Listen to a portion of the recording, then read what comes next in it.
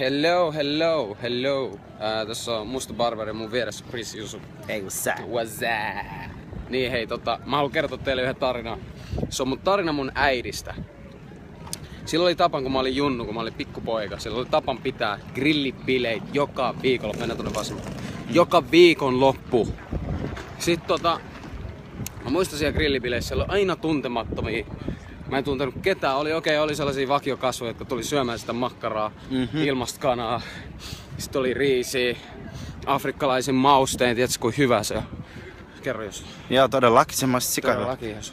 Kampojen välissä. Niin, aina oli uusia kasvoja siellä bileissä.